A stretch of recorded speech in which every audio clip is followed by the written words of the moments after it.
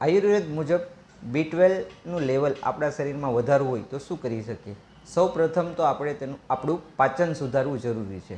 જો પાચન સુધારીએ તો આપણા આંતરડામાં ખોરાકનું શોષણ સારી રીતે થાય, આપણા આંતરડામાંથી B12 વધુ શોષાય, તો એ મુજબ આહાર વિહારથી B12નું લેવલ વધી શકે છે.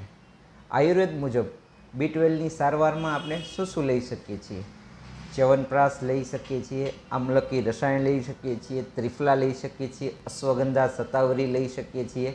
આ ઉપરાંત સપ્તામૃત લોહ જેવા અનેક ઔષધિઓ લઈ શકાય છે.